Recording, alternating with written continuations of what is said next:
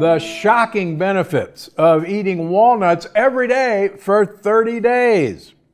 Now, if you're looking for a new snack to indulge in, look no further than walnuts. They're versatile, delicious, and incredibly nutritious. First of all, walnuts have the highest plant protein content of all the nut choices. And if you're looking to get plant protein in your diet, look no further than walnuts.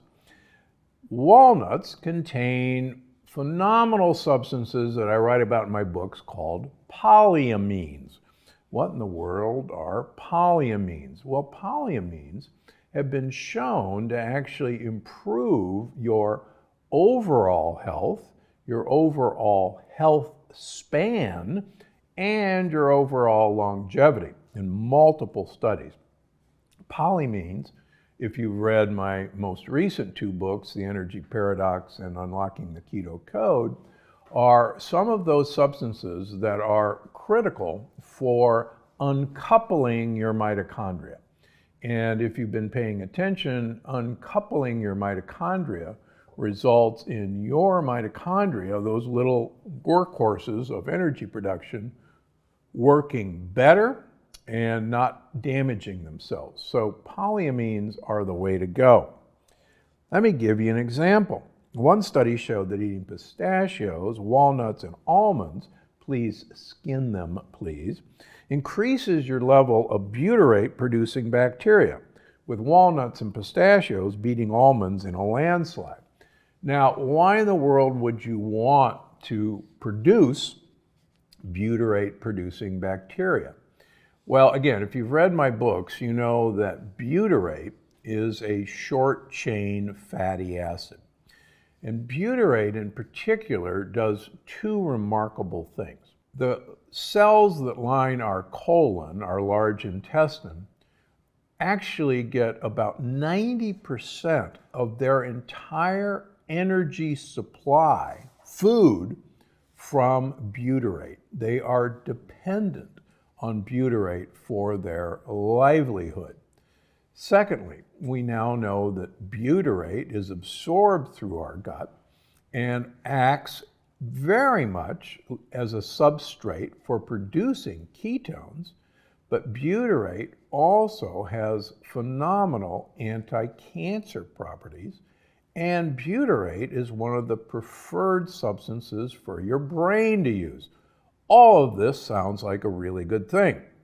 The problem is most of us don't eat the foods that feed the butyrate-producing bacteria what they need to produce butyrate. And it just so happens that walnuts and pistachios are two of the best ways to give your gut buddies the things they need to produce butyrate. So let me give you another example. Mice that were fed walnuts had less than half as many tumors in their colons than mice that were not fed nuts.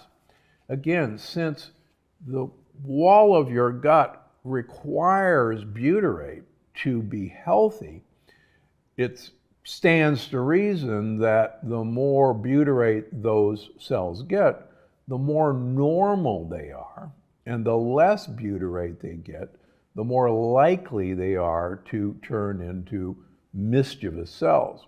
Secondly, remember that butyrate in itself has tremendous anti-cancer properties. And so it's a win-win. You help the healthy cells be healthy, and you suppress any cancer cells. And that's exactly what they found out. To find out exactly why that worked, the researchers looked at the mice fecal samples and examined the bacteria living in their intestinal tracts.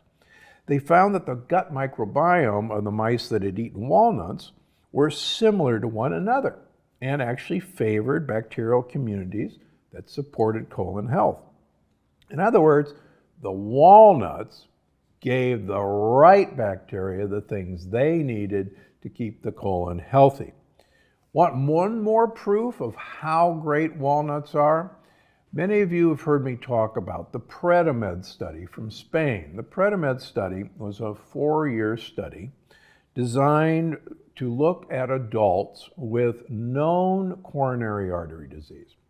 And they took 447 adults, and they were assigned to one of three diet groups.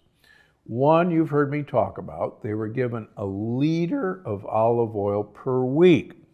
They had to bring their olive oil container back to the clinic once a week and refill it. Another group ate 30 grams of walnuts per day, equivalent to the amount of calories they would have gotten in olive oil. While the third group was put on the exact same number of calories, but they followed a low-fat diet. So they did brain function tests at the start of this study, and then they did brain function tests at the end of this study.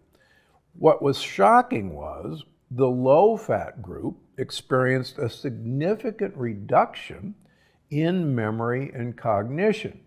Now, in a way, that's not surprising because these people started the study at age 65 and they're now 69. So they got older and their memory and cognition got worse. But the walnut eating group showed significant improvements in memory, while the olive oil group experienced significantly improved overall cognitive function. So the point of all this is that good things happen when you give the bacteria the foods they want to eat, when you give bacteria the ability to make butyrate, when you consume polyamine-containing foods like walnuts. All of these things go kind of direct to the source of your long-term health span and your long-term brain function. And why wouldn't you want to do that? It's a prescription that, quite frankly, no doctor would think about giving you for brain health, but that prescription is going to go much farther than any prescription medication that your doctor would prescribe for you to improve your brain health.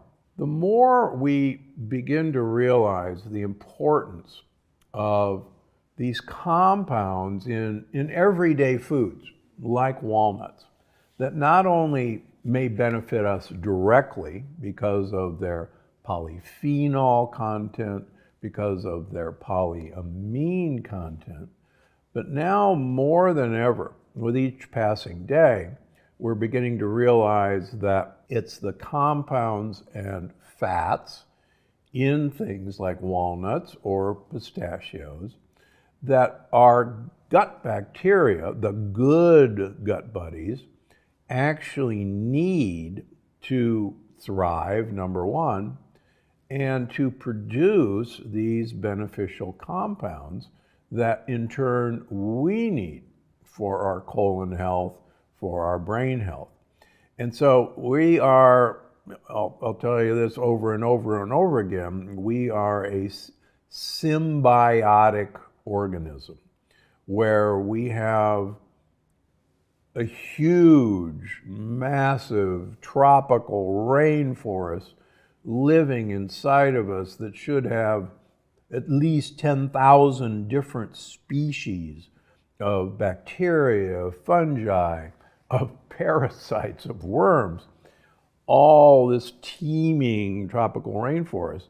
And we're beginning to now, because of the Human Microbiome Project, pick apart why this tropical rainforest is so important to our overall health. And the new book that I'm writing right now dives really even deeper into this, what is called the trans-kingdom communication between these species and us.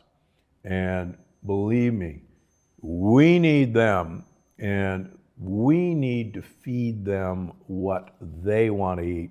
And walnuts are one of the best things that you can do. So grab yourself a handful of walnuts every day. I recommend you have about a half a cup that's going to be the thing to do.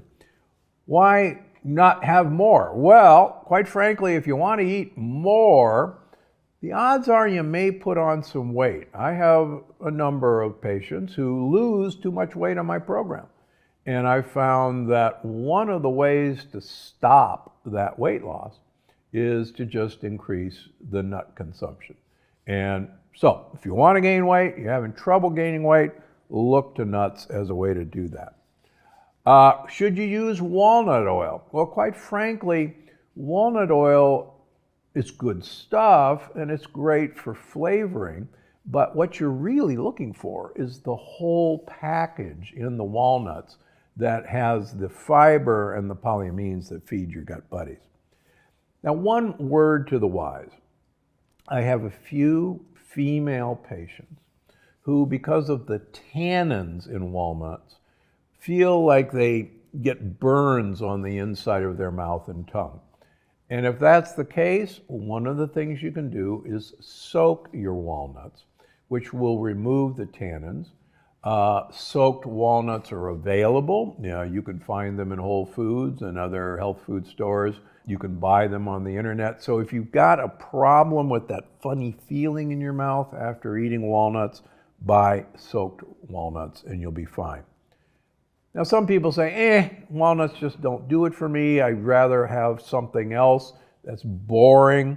There are so many walnut recipes that I've got in my books, such as the walnut bread in the Plant Paradox, the walnut blue cheese dressing in the Longevity Paradox, the walnut lentil veggie burgers or meatballs in the Longevity Paradox, and the walnut and nutmeg horchata in the Longevity Paradox. All of these are great ways to get more walnuts into you and to keep your gut buddies happy. You're definitely going to want to see this one. That's right. Just adding a teaspoon of the right spice, you can do a whole lot for your health.